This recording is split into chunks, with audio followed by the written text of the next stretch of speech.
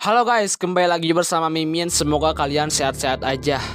Pada video kali ini Mimin akan menceritakan kembali film horor terbaru berjudul Pemandi Jenazah. Film ini akan menceritakan seorang anak remaja yang bernama Lela. Dia terpaksa menjadi seorang pemandi jenazah karena ibunya secara tiba-tiba meninggal dunia, yang dimana ibunya itu adalah seorang pemandi jenazah satu-satunya di kampung tersebut.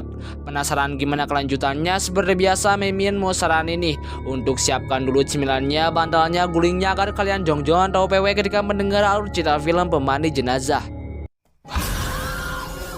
Film diawali dengan Lela dan ibunya yang bernama Siti yang tengah sedang memandikan seorang jenazah perempuan. Ibu Lela di sini merupakan satu-satunya orang yang bisa memandikan seorang jenazah, dan oleh karena itu dia mau anaknya meneruskan pekerjaan ibunya tersebut karena tidak ada lagi orang yang mampu melakukannya. Di sini karena mental Lela masih lemah, dia seketika muntah-muntah karena melihat belatung yang ada di mata jenazah tersebut. Ibunya pun seketika menenangkannya. Lalu kemudian ibunya pun mulai memandikan si jenazah tersebut dan membersihkannya. Lela ketakutan pas dia melihat punggung si jenazah karena terlihat banyak sekali bekas cambukan.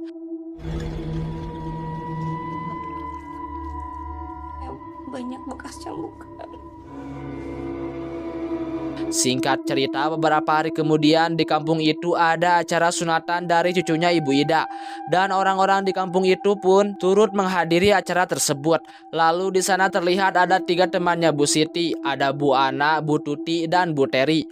Mereka semua ditinggal cerai oleh suami mereka, kecuali Bu Siti yang ditinggal mati oleh suaminya. Di sini seperti biasa yang namanya ibu-ibu, mereka suka ngegosip.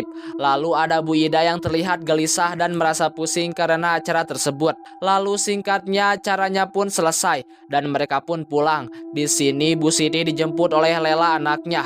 Sebelum pergi Bu Siti pamit dan memeluk Bu Ida dulu. Sedikit penjelasan kalau Bu Siti dia bisa melihat pertanda seseorang. Lalu pas di jalan dia bertemu dengan anaknya yaitu Arif, adiknya Lela. Dia bekerja sebagai seorang yang suka merenovasi rumah. Lalu Arif pun pergi ke rumahnya Rika untuk merenovasi kontrakannya. Singkat cerita maghrib pun tiba dan Bu Siti di sini berniat untuk melakukan sholat maghrib. Namun di luar jendela dia merasa ada orang yang mengetuk-ngetuk. Namun pas dicek di luar tidak ada siapa-siapa. Si ibu pun menganggap kalau itu hanyalah kucing atau angin. Sami Allah. Lela pun datang untuk pamit ke ibunya. Lela berniat untuk belajar menjadi penata rias. Namun ibunya di sini mengatakan kalau Lela memang gak mau menjadi penerus ibunya sebagai pemandi jenazah. Lela yang mendengar itu dia pun ngambek dan tidak jadi pergi. Ibunya di sini mengatakan kalau di kampung mereka itu tidak ada lagi yang sanggup menjadi pemandi jenazah. Jadi mau gak mau Lela harus mengikuti jejak ibunya yaitu menjadi seorang pemandi jenazah. Ibu ngelanjutin dari nenek, aku tahu. Emang aku nggak boleh ya Bu kayak Arif? Di pemandi jenazah kan pilihannya ibu kasih. Lalu kemudian ibunya Lela mendapatkan firasat buruk. Dan benar saja ada pengumuman kalau Bu Ida itu telah tutup usia. Dan ibunya menyuruh Lela untuk tetap tinggal di rumah dan jangan pergi kemana-mana. Tunggu saja Arif sampai pulang ke rumah. Lalu ibunya pun pergi ke rumah Bu Ida. Sesampainya di sana Bu Siti pun melihat jenazah Bu Ida yang penuh dengan darah. Mulut dan matanya mengeluarkan darah. Entah apa yang menimpa kepada Bu Ida. Namun itu sungguh kematian yang tragis dan sangat mendadak. Di tempat lain Lela yang sedang ada di kamar, dia dikagetkan karena atap di kamarnya tiba-tiba roboh. Dan Arif juga akhirnya pulang ke rumahnya. Dan dia yang melihat kalau atapnya roboh, dia pun bergegas untuk segera memperbaikinya. Lalu ibunya pun pulang. Namun anehnya ibunya langsung terjatuh pas tiba di rumahnya. Mereka yang melihat itu bergegas menolong ibu mereka dan segera memasukkan si ibu ke dalam rumah. Setelah memandikan Bu Ida, Bu Siti terlihat berbeda dan terlihat kayak ada yang disembunyiin olehnya. Lela yang melihat itu menyuruh ibunya untuk istirahat saja. Namun pas Lela sedang membereskan cucian, ibunya tiba-tiba keluar. Dia ingin membakar bajunya yang dipakai oleh Bu Ida sewaktu dia meninggal. Ibunya di sini mengatakan kalau nanti kamu memandikan jenazah, semua barang si jenazah harus kamu bakar dan jangan sampai rasa penasaran kamu menghantuimu. Lela yang mendengar itu langsung menyuruh ibunya untuk istirahat kembali. Sebelum mereka tidur, ibunya meminta maaf kepada Lela. Tapi Lela mengatakan seharusnya dia yang meminta maaf karena sering melawan ibunya. Dan si ibu mengatakan kalau semua orang yang hidup pasti memiliki fungsinya masing-masing. Lela pun memandang ibunya dengan penuh rasa cinta dan kasih sayang. Tengah malam, pas Lela sudah tertidur, Bu Siti melihat ada bayangan yang masuk ke dalam rumahnya. Dan bayangan itu lalu masuk ke dalam tubuhnya. Dan seketika dia pun kesakitan dan akhirnya meninggal di samping anaknya sendiri.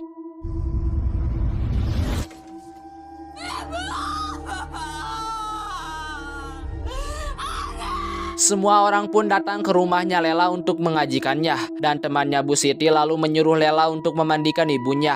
Karena tidak ada lagi yang bisa melakukan itu, cuma Lela sendiri. Lalu kemudian Lela pun dengan hati yang tegar, dia akan mulai untuk memandikan ibunya sendiri. Dengan menahan rasa sedihnya, dia perlahan-lahan memandikan jenazah ibunya tersebut. Namun mata si ibu tiba-tiba terbuka dan Lela yang melihat itu semakin sedih melihat ibunya yang seperti itu. Dan menyuruh ibunya untuk ikhlas. Lela sangat enggak kuat untuk memandikan jenazah sang ibu. Lalu tiba-tiba ada arwah si ibu yang membantu Lela. Dan Lela pun merasa sedikit tenang dan segera menyelesaikan pemandian tersebut. Pas Lela membuka mulutnya, dia melihat ada kawat ranjau di dalam mulut si ibu. Ia pun terkejut dan segera mengambil kawat ranjau itu.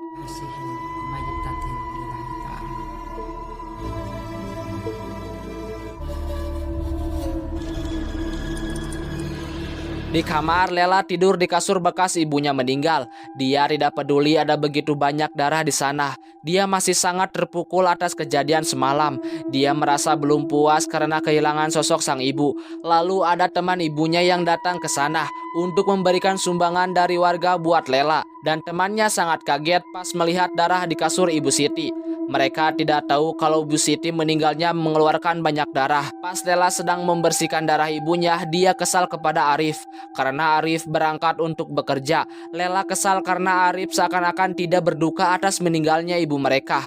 Lela mau ada orang yang menemaninya saat dia berduka. Tapi Arif malah pergi gitu saja. Lalu Lela kembali menemukan kawat ranjau di sana.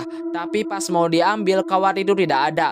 Arif kembali merenovasi rumahnya Rika. Di sini Rika sangat perhatian kepada Arif karena dia tahu Arif pasti sangat sedih. Di musola, ibu-ibu merasa aneh dan merasa janggal. Bagaimana bisa Bu Ida dan Bu Siti meninggalnya cuma beda 1 hari.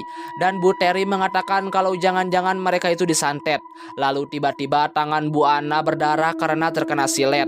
Malamnya mereka pun tahlilan. Semua warga kampung datang ke sana untuk jomet. Tiba-tiba mati lampu dan mereka melanjutkan kembali tahlilannya. Di sini Lela melihat hantunya Bu Ana yang juga ada di sana. Dan itu adalah sebuah pertanda kalau korban selanjutnya tak lain dan tak bukan adalah Bu Ana. Setelah tahlilan mereka pun pulang. Dan di rumah Lela melihat ibunya yang tengah melaksanakan sholat. Lela pun menghampirinya namun tiba-tiba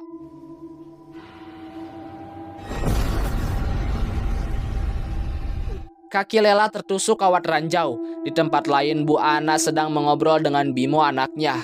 Dia merasa kehilangan karena 2 temannya mendadak meninggal. Di kamarnya tiba-tiba lemari Bu Ana terbuka sendiri dan Bu Ana pun segera mengeceknya.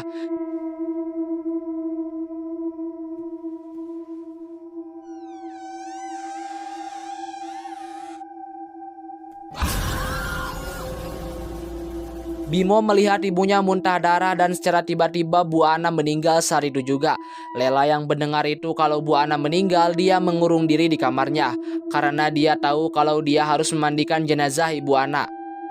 Dia merasa sangat takut dan sangat keanehan. Bagaimana bisa 3 hari berturut-turut mereka meninggal. Terlebih lagi Lela menemukan kawat di mulut ibunya. Dia takut ada kawat juga di tubuhnya Bu Ana. Bimo memohon-mohon kepada Lela untuk segera memandikan jenazah ibunya. Namun Lela tidak memperdulikannya. Di rumah duka datang Pak Polisi untuk meminta izin untuk melihat jenazah Bu Ana karena takutnya ada tindakan kekerasan. Namun Bimo memberitahu kalau tidak ada sama sekali orang yang masuk ke rumah mereka karena Bimo dengan langsung melihat ibunya meninggal. Jadi tidak mungkin ada tindakan kekerasan dan bukan pembunuhan. Dan Bimo tidak mau ibunya diotopsi karena kasihan sama ibunya. Lela yang di rumah didatangi Bu Ana yang meminta tolong. Setelah itu Lela pun bergegas untuk pergi ke rumah duka. Bimo pun berterima kasih kasih kepada Lela. Lela pun segera memulai pemandiannya. Pertama-tama dia memeriksa mulutnya dulu, namun mulutnya Bu Ana tidak mau terbuka dan tiba-tiba Bu Ana terbangun dan menunjukkan perutnya. Melihat itu, Lela pun memeriksa perutnya Bu Ana dan benar saja di sana ada kawat ranjau di dalam tubuhnya Bu Ana. Setelah mencabutnya, mata Bu Ana pun tidak mau tertutup.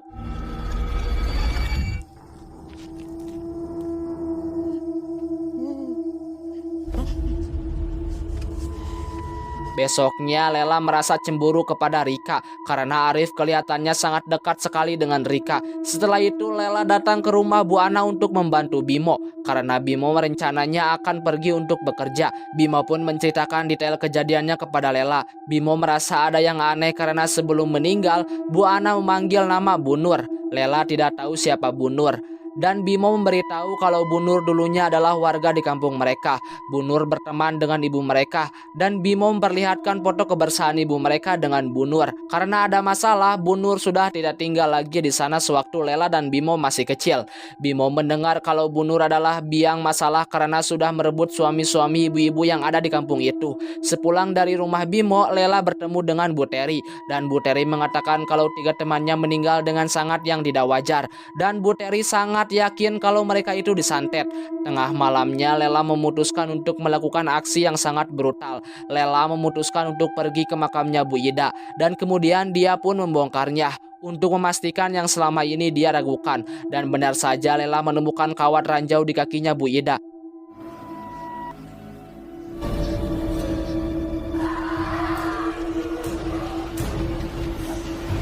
Besoknya Lela datang ke rumahnya Bu Ida untuk mencari tahu apa sebenarnya yang terjadi dan mencari tahu lebih dalam tentang siapa itu Bu Nur. Lalu tiba-tiba ada Bu Tuti datang ke sana dan Lela menanyakan siapa itu Bu Nur dan Bu Tuti menjelaskan kalau Bu Nur itu adalah orang jahat. Dia suka menghancurkan rumah tangga orang, termasuk rumah tangga ibunya Lela. Lalu tiba-tiba Kasih tahu saya. Dia orang jahat. di rumahnya Arif menemukan cangkul di kamarnya Lela dan Arif mengetahui kalau yang membongkar makamnya Bu Ida itu adalah Lela. Lalu Lela menjelaskan kalau mereka bertiga yang meninggal itu adalah korban karena dia menemukan semua bukti yang ada. Lalu Arif memarahi Lela dan menyuruh Lela untuk melaporkan ke polisi, biar polisi saja yang urus. Namun Lela mengatakan kalau itu semua tidak ada hubungannya dengan polisi. Lela juga menunjukkan kawat yang dia temui di mulut ibunya dan di semua jenazah lainnya. Tak sadar di luar ada Bu Teri yang mendengarkan ucapannya Lela dan Bu Teri dengan lancangnya memberitahu semua ibu-ibu kalau mereka itu meninggalnya disantet dan berita itu pun langsung menyebar ke seluruh TikTok, FYP sampai ke YouTube. Malamnya Lela pun datang ke rumahnya Bu Teri karena Bu Teri sudah menyebarkan gosip dari santet tersebut dan di sana ada polisi yang memberitahu Lela kalau Bu Nur itu sudah meninggal sewaktu Lela kecil. Dia memang benar pernah tinggal di sini dan dia itu janda dengan anak 1 perempuan. Setelah Pak Polisi pergi, Lela melihat Bu Teri yang kerasukan oleh Bu Nur dan dia mengatakan kalau semua orang telah menuduh telah merusak rumah tangga mereka. Menuduh saya merebut suami mereka. Apa? Pergi kamu dari kampung ini.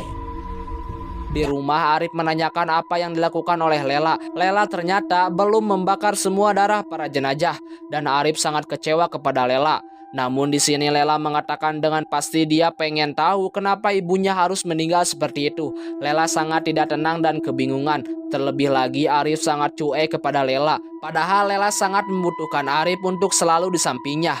Tapi Arif seakan-akan nggak peduli kepada Lela. Bahkan saat ibu mereka meninggal.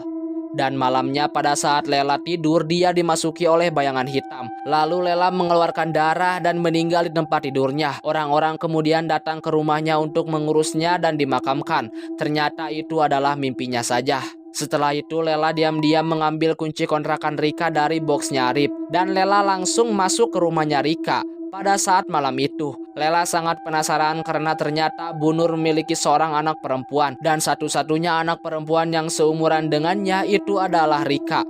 Lela pun mencari-cari hingga menemukan foto ibu-ibu yang tertusuk kawat dan benar saja anaknya dari Bu Nur itu adalah Rika. Lela berpikir kalau yang menyantet semua itu adalah Rika. untuk membalaskan dendam ibunya kepada ibu-ibu di kampung itu. Di tempat lain, Bu Tuti diganggu dan diteror. Kakinya tertusuk kawat dan juga matanya tertusuk kawat. Bu Tuti pun langsung mencabut kawat itu dari matanya. Mendengar innalillahi, Lela pun bergegas pergi ke rumahnya Bu Tuti untuk segera memandikannya. Namun tiba-tiba Bu Tuti terbangun dan di lengannya ada kawat ranjau yang berjalan. Lalu kawat itu pun keluar dari mulut Bu Tuti. Lela pun kemudian mencabut kawat itu dari mulutnya Bu Tuti. Setelah itu Lela pun mengatakan kalau dia tahu semuanya dan langsung menunjuk Rika adalah pelakunya. Dia membocorkan semuanya kalau Rika itu adalah anaknya Bu Nur yang ingin membalaskan dendam ibunya. Rika diteriaki pembunuh oleh Lela dan Rika kemudian mengatakan kepada Lela, cukup mereka yang merasakan dosa, jangan sampai kamu. Lalu tiba-tiba ibu-ibu yang ada di sana kesurupan. Setelah itu para ibu-ibu datang ke rumah Rika dan kejadian itu sama seperti waktu Rika masih kecil, di mana dia melihat ibunya digusur dan disiksa oleh ibu-ibu. Dan kini dia merasakan apa yang ibunya dulu rasakan. Ternyata ibunya dulu disiksa menggunakan kawat ranjau. Dan oleh karena itu di semua korbannya ada kawat ranjau di dalamnya. Rika harus mengalami kejadian yang sama dengan ibunya. Lela melihat kejadian itu dari kejauhan dan ibunya datang kepadanya untuk menyuruh Lela untuk menghentikan itu semua. Mendengar itu Lela pun langsung lari dan mencoba untuk menyelamatkan Rika dari amukan ibu-ibu. Namun ibu-ibu itu terus saja memukulinya. Hingga akhirnya Arif pun datang dan segera menolong mereka berdua. Namun naas kepala Arif kena pukulan dari ibu-ibu hingga kepala Arif berdarah. Dan ibu-ibu yang melihat itu langsung kabur dari sana. Arif pun akhirnya meninggal pada saat itu juga karena pendarahan di kepala belakangnya. Dan film pun selesai. Oke guys, buat kalian yang mau request film jurig atau film horor Indonesia atau luar negeri bisa kalian komen di kolom komentar. Mimin pamit mengundurkan diri. Wassalamualaikum warahmatullahi wabarakatuh.